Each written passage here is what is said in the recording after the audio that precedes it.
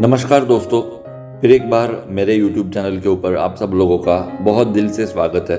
मेरा नाम अक्षय कुलकर्णी और आज मैं आपको एक बहुत ही बढ़िया चीज़ एक्सप्लेन करने वाला हूँ। वो एग्जैक्टली क्या है एक सेंटेंस में नहीं बता सकता, थंबनेल में आपने देख लिया होगा, इसलिए यहाँ पर अभी मेरा इंट्रो लगवा देता हूँ और चलिए तुरंत शुरुआत कर देते हैं।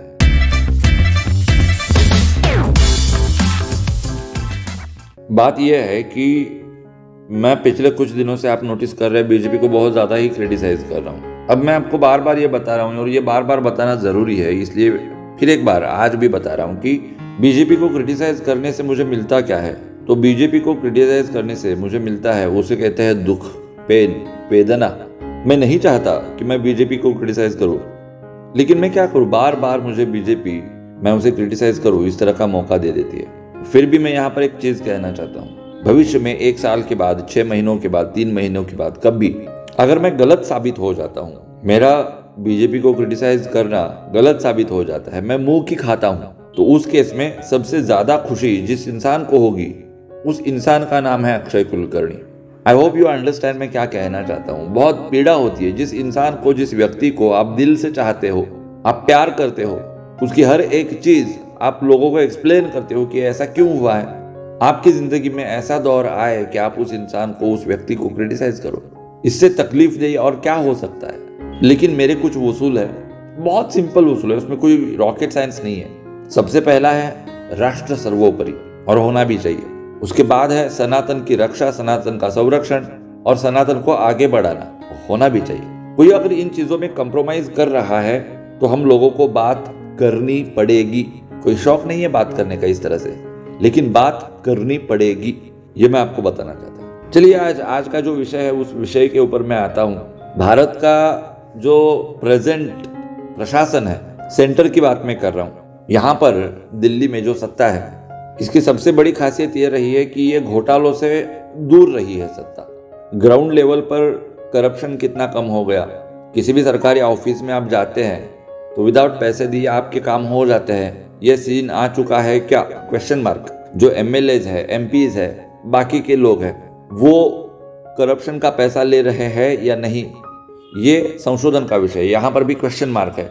उन चीज़ों के ऊपर मैं नहीं जा रहा। लेकिन जैसे कांग्रेस यूपीए के गवर्नमेंट में आपको न्यूज़पेपर में हर रोज़ एक घपला देखने को मिलता था, हर रोज़ एक बहुत बड़ा स्कैम देखने को मिलता था, हर रोज़ एक बहुत बड़ा करप्शन का घोटाला देखने को मिलता था, वो यहाँ पर नहीं हो रहा है, ये हम लोगों को मानना पड़ेगा। लेकिन ये नहीं हो रहा है इसका मतलब ये बहुत बढ़िया, ऐसा नहीं है। इस रिकॉर्ड को तोड़ दिया है और इस रिकॉर्ड को किसने तोड़ा है ये जानना बहुत जरूरी है। करीब करीब 20 या 22, 20 और 22 करोड़ रुपीज का एक घोटाला है। सिर्फ करोड़ नहीं, 1000 करोड़। मैं यहाँ पर आपको डिस्क्लेमर बताना चाहता हूँ, मेरे आंकड़े गलत हो सकते हैं, प्रेमा पेशे जो मुझे पता चला है वो मैं आपको बता रहा हूँ। तो ये जो 20 या 22 हजार करोड़ रुपए का जो घोटाला हुआ है, एग्जैक्टली क्या है, पहले मैं आपको एक छोटी सी यहाँ पर क्लिप दिखाई देता हूँ, उसके बाद आगे जाकर बात करते हैं। इस वक्त की बड़ी खबर आ रही है, अल्पसंख्यक मंत्रालय में करोड़ों का स्कॉलरशिप घोटाला हुआ है। सोर्सेस से खबर सामने आ रही है, फर्जी संस्थान, फर्जी छात्रों के जरिए करोड़ों का घोटाला हुआ है। 2007-8 से लेकर 2022 तक घोटाला होने की जानकारी सोर्सेस से कंफर्म हो रही है। 22,000 करोड़ की स्कॉलरशिप घोटाला ये पूरी तरह से साबित हो रहा है। अल्पसंख्यक मंत्रालय ने मामले की जांच सीबीआई को सौंप दी है।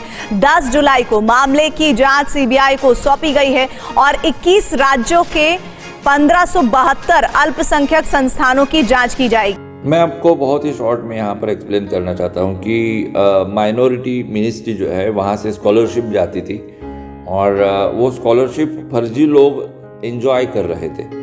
और ये ऐसा नहीं है कि एक बार हुआ, 2 बार हुआ, सालों से ये हो रहा है, सालों से। और इसीलिए ये अमाउंट इतनी बड़ी हो गई है, 22,000 crore rupees, 22,000 crore rupees. Again बता रहा हूँ, ये आंकड़े गलत हो सकते हैं, प्रेमा पेशे जो समझ में आया है उसके आधार पर मैं आंकड़ा आपको बता रहा हूँ। तो देखिए आप, मैं यहाँ पर यह सवाल नहीं कर रहा कि आपने माइनॉरिटी को स्कॉलरशिप दी तो मैं आपको तुरंत क्रिटिसाइज करने लगूँ, वो सेकेंडरी मुद्दा है। फर्स्ट ये है कि सालों से वो वहां पर हो रहा था, तो आपको पता कैसे नहीं चला? क्या कर रहा है आपका एडमिनिस्ट्रेशन? यही अगर हिंदुओं के साथ होता तो आप चुप बैठते क्या? और यहाँ पर सिर्फ स्कॉलरशिप की बात नहीं है, मैं आपको बताना चाहता हूँ, सिर्फ स्कॉलरशिप की बात नहीं है, यहाँ पर सिलेबस की भी बात है। वहाँ पर मदरसों में क्या पढ़ाया जाता है, सालों से क्वेश्चन मार्क लगाया जाता है कि अच्छी शिक्षा वहाँ पर नहीं दी जाती। वहाँ पे जो बच्चे पढ़ते हैं वो कट्टर बन जाते हैं, वो कट्टरपंथ की तरफ बढ़ जाते हैं, उनके अंदर देशभक्ति नहीं होती। ये बहुत बहुत पहले से क्वेश्चन मार्क लगाया जा रहा है। लेकिन क्या किया इस सरकार ने? क्या इस सरकार ने उसका सर्वे करने की कोशिश करी, उस सिलेबस को जानने की कोशिश करी? सिलेबस मतलब दो चीज़ें होती है, एक होता है टेक्स्ट जो बुक में लिखा हुआ है और वो आप पढ़ा रहे हो, और दूसरा होता है उसका एक्सट्रैक्ट, आप उसको परोस कैसे रहे हो। दोनों चीज़ों को आपको देखना पड़ेगा। क्या किया आपने? यहाँ पर एक छोटी सी क्लिप फिर एक बार मैं दिखाऊंगा और उसके बाद मैं आगे की चर्चा करता हूँ। The James of Ali Thanvi, जरा पढ़िए तो रूह कांप जाती है, रूह कांप जाती है। इसमें बुनियादी क्या है कि कैसे रेप को, सेक्सुअल इंटरकोर्स विद माइनर्स को, एनिमल्स जानवरों के साथ, डेड बॉडीज के साथ, मृत शरीरों के साथ, इम्पोर्टेंट पर्सन्स के साथ, और विमेन एंड चिल्ड्रन, स्त्रियां और पुरुषों को या बच्चों को कैसे अपनी हवस का आप शिकार बना सकते हैं, ये कैसे नॉर्मलाइज किया जा सकता। अब यहाँ पर जिनकी क्लिप मैंने आपको दिखाई, इनका नाम है मधु किश्वर जी, और मैं पर्सनली मधु मैम का बहुत बड़ा फ़ैन रहा हूँ। लेकिन उनका भी दुर्भाग्य ये, एक दौर में लेफ्ट लोगों के चंगुल में फंसी, मतलब उनकी फ़ैन हो गई थी, उनके साथ वो थी। लेकिन बाद में पता चला कि वो बहुत घटिया लोग हैं। उसके बाद वो कांग्रेस के साथ जुड़ गई, उसके बाद उनको वो वहाँ पर भी डिसअपॉइंटमेंट देखने को मिली, वहाँ पे उनका दिल टूटा, तो उसके बाद वो बीजेपी को सपोर्ट करने लगी।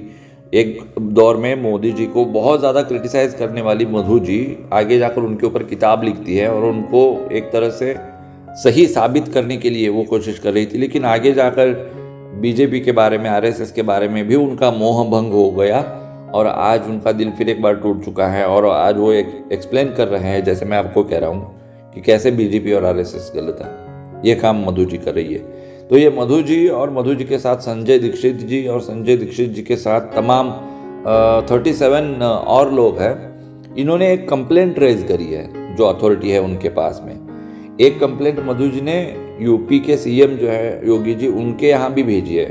और इनका ये कहना है कि जो अभी आपने थोड़ा सा देखा ग्लिम्स, मैंने जो आपको दिखाया है, इस तरह का सिलेबस मदरसों में पढ़ाया जा रहा है। खास तौर पे देवबंद के जो मदरसे हैं वहाँ पर इस तरह का सिलेबस पढ़ाया जा रहा है। सवाल अगेन यहाँ पर ये खड़ा होता है, ये कितना घातक है, इसके ऊपर मैं बात ही नहीं करूँगा, वो बहुत घृणास्पद है। लेकिन सरकार को कैसे नहीं पता चला? अगर यही कांग्रेस की गवर्नमेंट होती तो हम कांग्रेस को क्रिटिसाइज करते कि नहीं करते? इतने सालों से इस तरह का सिलेबस अगर वहाँ पर पढ़ाया जा रहा है तो वो ऐसे ही अप्रूव थोड़ी ना हुआ। कोई भी सिलेबस अप्रूव कैसे होता है, उसका सिस्टम क्या होता है, उसका फॉर्मूला क्या होता है, उन सब पैरामीटर्स में से होके गुजरने के बाद उस सिलेबस को अनुमति मिलती है। इतने सालों से इस तरह का घटिया सिलेबस वहाँ पे कैसे पढ़ाया गया? आपको अगर वो क्या आपका किसानों को 2000 रुपये मिलते हैं ना, वो प्रधानमंत्री मोदी जी के यहाँ से आते हैं, उसको अगर एक्टिवेट करना है तो दुनिया भर का काम आपसे करवाएंगे, दुनिया भर का डॉक्यूमेंटेशन आप लोगों से करवाएंगे। अगर आपको प्रधानमंत्री आवास योजना चाहिए, आप आसानी से उसका लाभ नहीं ले सकते। आप आयुष्मान भारत का लाभ लेना चाहते हो, एकदम आसानी से उसका लाभ नहीं मिलता। मैंने देखा है ग्राउंड के ऊपर। ऑन द पेपर लगता है कि बहुत सिंपल है, कार्ड बनवाओ, जाके दिखाओ, आपका काम हो जाएगा, लेकिन ग्राउंड लेवल पे ऐसा नहीं होता। लेकिन यहाँ पर ये आप इतना क्यों डॉक्यूमेंटेशन में ढील दे रहे हो? आपको समझ में कैसे नहीं आ रहा कि वहाँ पे पढ़ाया क्या जा रहा है? एक तरफ इतने बड़े बड़े घोटाले हो रहे हैं, वहाँ पर आपको समझ में नहीं आ रहा। गलत शिक्षा वहाँ पर दी जा रही है, आपको समझ में नहीं आ रहा। अब मैं क्या कहूँ? आप जानबूझकर चुप है या आपको चुप रहना है या एक्सीडेंटली ये हो गया? मैं क्या कहूँ? आपको क्या लगता है? ये सवाल मैं बीजेपी और आरएसएस के ऊपर छोड़ देता हूँ कि मैं क्या इसमें से मीनिंग लूँ, इसमें क्या मास्टर स्ट्रोक हो सकता है, यहाँ पर किस चीज़ के लिए मुझे इंतज़ार करना चाहिए, आप ऐसा आपको लगता है? फॉर योर काइंड इन्फॉर्मेशन मैं लोगों के लिए बताना चाहता हूँ, सरकार सनातन का प्रचार और प्रसार हो इसके लिए 1 भी रुपया नहीं देती। किसी भी पाठशाला में, वेदशाला में पढ़ने वाले जो बच्चे होते हैं उनको कोई स्पेशल प्रिविलेज नहीं मिलता सरकार की तरफ से। वहाँ पर पढ़ाने वाले लोगों को सरकार तनख्वाह नहीं देती, गवर्नमेंट एडेड नहीं होते, उसको वो रिलीजियस रखते हैं, बाजू में रख देते हैं। लेकिन ये रूल जो है ये क्रिश्चियंस के लिए और मुसलमानों के लिए लागू नहीं होता। मदरसों को गवर्नमेंट एड दी जाती है, स्कॉलरशिप दी जाती है। उसी स्कॉलरशिप का ये घोटाला हुआ है जिसका आज मैं जिक्र कर रहा हूँ। ये दूजा भाव क्यों? ये कांग्रेस ने किया था, इसलिए हमने कांग्रेस को उखाड़ को फेंक दिया। अब आप लोग भी यही कर रहे हो, 10 सालों से कर रहे हो। क्या करना है? सिलेबस बदलने की बात आती है तो धर्मेंद्र प्रधान ने क्या कहा, मैं सुनवाता हूं आपको। जिनकी दृष्टि छोटा है ये बदलने के लिए बात कहते हैं। हम बदलने वाले लोग नहीं हैं, हम उसको बड़ा करने वाले लोग हैं। धर्मेंद्र प्रधान कह रहे हैं कि वो लोग बदलने की बात करते हैं जिनकी सोच छोटी होती है। हम बदलेंगे नहीं, हम जो है उसको बड़ा करेंगे। क्या मतलब निकालूं मैं इस चीज का? अगर सिलेबस गलत था तो गलत था, आपको मानना पड़ेगा ना। अगर एजुकेशन पॉलिसी गलत थी तो आपको मानना पड़ेगा गलत थी। अब यहाँ पर एक और चीज क्लियर हो जाती है। इससे पहले क्या होता था, जब भी कोई नई स्कीम आती थी, नया कानून आता था, हम लोग खुश हो जाते थे। लेकिन अभी ये पता चला है कि सिर्फ नाम बदल जाते हैं, असर कुछ नहीं होता। धारा 370 को आपने निकाला, असर कुछ नहीं हुआ। वहां पर कितने पंडितों को आपने वहां पर रिहैबिलिट किया? एक भी नहीं। उल्टा जो है उनकी जान आज भी जा रही है। ऐसा बहुत सारा डेटा दिया जा सकता है। आपने 3 तलाक के ऊपर काम किया, क्या असर हुआ? कितने केसेस पकड़े गए? कुछ भी नहीं। अभी यहाँ पर ये एजुकेशन पॉलिसी बता रहे हैं, हम नेशनल एजुकेशन पॉलिसी लेके आएंगे, कुछ नहीं होगा। नाम सिर्फ बदला जाएगा और कुछ भी नहीं होगा। बाकी जैसे है वैसे जैसे थे चलते रहेगा। और इसलिए मेरे को अब ये जो बताते हैं कि हम कानून चेंज कर रहे हैं, वहाँ पर भी कोई आशा नज़र नहीं आती। आशा तब नज़र आएगी जब ग्राउंड के ऊपर मुझे फ़र्क दिखाई देगा। और इसलिए इन चीज़ों के बारे में गवर्नमेंट को सोचना पड़ेगा। मैं फिर एक बार बहुत हम्बल होकर रिक्वेस्ट कर रहा हूँ। ऐसा नहीं है कि हम बीजेपी को प्रमोट नहीं करना चाहते, ऐसा नहीं कि हम बीजेपी के विरोधी है। बहुत दुख हो जाता है। मैं तो ये सपना देख रहा हूँ कि आज नहीं तो कल, बहुत जल्द, अगर मेरा वहम है तो वहम टूट जाना चाहिए। मुझे सच्चाई पता चलनी चाहिए और फिर एक बार मैं जैसे पहले बीजेपी को आप तक पहुँचाता था कि बताता था बीजेपी कैसे सही है, मोदी जी कैसे सही है, वो दिन बहुत जल्द मेरी ज़िंदगी में आए, ऐसा मैं उम्मीद कर रहा हूँ। और मैं आप लोगों को भी बताना चाहता हूँ कि आप लोग थोड़ा प्रे करिए मेरे लिए कि ऐसा समय बहुत जल्द आए। जाते जाते और एक चीज़ मैं आपको बताना चाहता हूँ, हम कांग्रेस की तरफ मुड़ के भी नहीं देख सकते। मतलब क्या है ना, यहाँ पर कौन सा चोर सबसे बड़ा, ये देखने वाली चीज़ है। तो सबसे बड़ा चोर तो कांग्रेस ही है, उसके बाद ही बीजेपी आएगी। तो 2024 के चुनाव में हमारे पास कोई विकल्प नहीं है। फिलहाल तो इसी बीजेपी के साथ हम लोगों को जाना पड़ेगा। भविष्य में क्या होता है वो हम देखेंगे। लेकिन साथ ही एक चीज़ और कहना चाहता हूँ, मेरा देश इतना भी सॉफ्ट नहीं है कि ये लोग इसे तोड़ पाए। इसे नहीं तोड़ सकेंगे। अगर ये लोग इसे तोड़ सकते थे तो आज ये सारे सवाल मैं बीजेपी के ऊपर खड़े ही नहीं करता।